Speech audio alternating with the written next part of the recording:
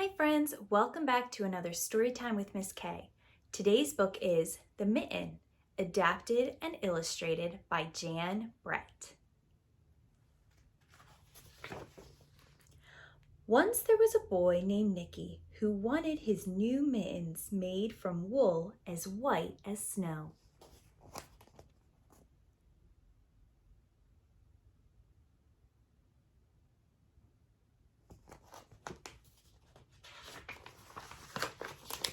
At first, his grandmother Baba did not want to knit white mittens.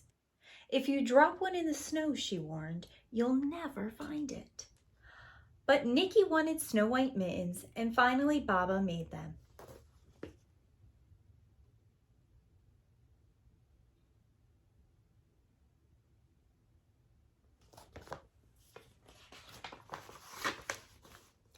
After she finished, she said, "When you come home, first I will look to see if you are safe and sound, but then I will look to see if you still have your snow white mittens." So off Nicky went, and it wasn't long until one of his new mittens dropped in the snow and was left behind.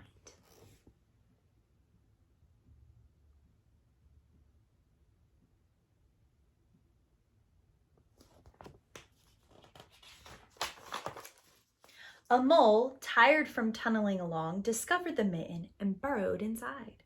It was cozy and warm and just the right size, so he decided to stay.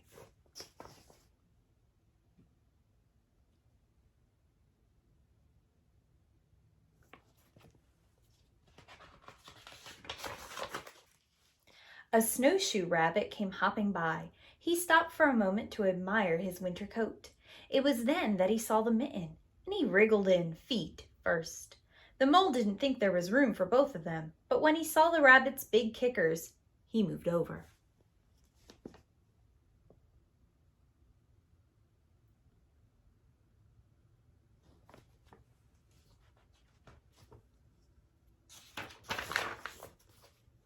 Next, a hedgehog came snuffling along. Having spent the day looking under wet leaves for things to eat, he decided to move into the mitten and warm himself. The mole and the rabbit were bumped and jostled, but not being ones to argue with someone covered with prickles, they made room.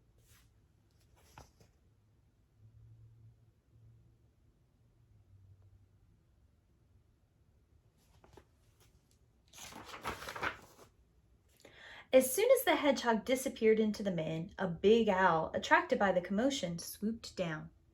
When he decided to move in also, the mole, the rabbit, and the hedgehog grumbled, but when they saw the owl's glinty talons, they quickly let him in.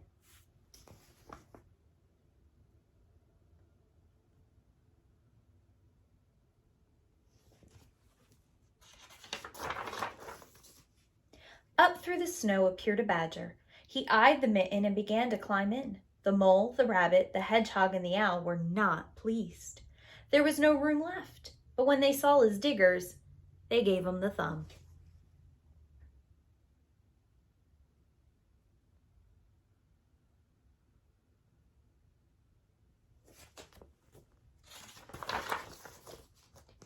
It started snowing, but the animals were snug in the mitten.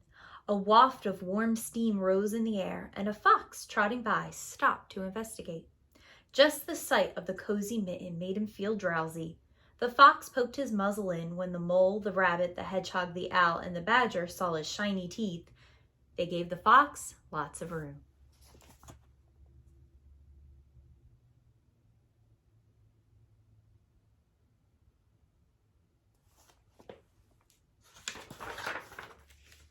A great bear lumbered by. He spied the mitten all plumped up. Not being one to be left out in the cold, he began to nose his way in. The animals were packed in as tightly as could be, but what animal would argue with a bear? The mitten swelled and stretched. It was pulled and bulged to many times its size, but Baba's good knitting held fast.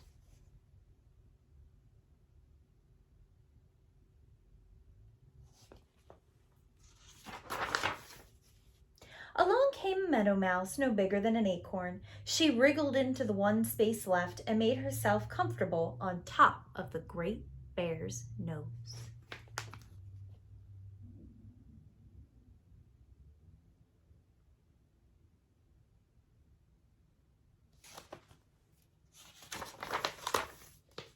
The bear, tickled by the mouse's whiskers, gave an enormous sneeze. Achoo! The force of the sneeze shot the mitten up into the sky and scattered the animals in all directions.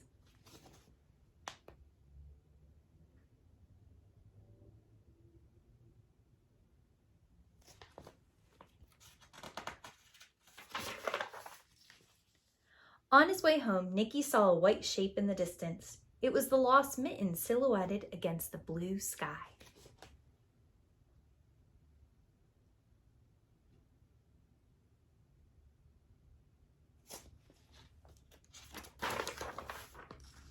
As he ran to catch his snow-white mitten, he saw Baba's face in the window.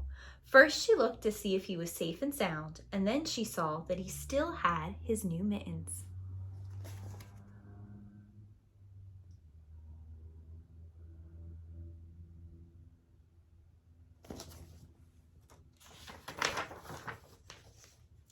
The end.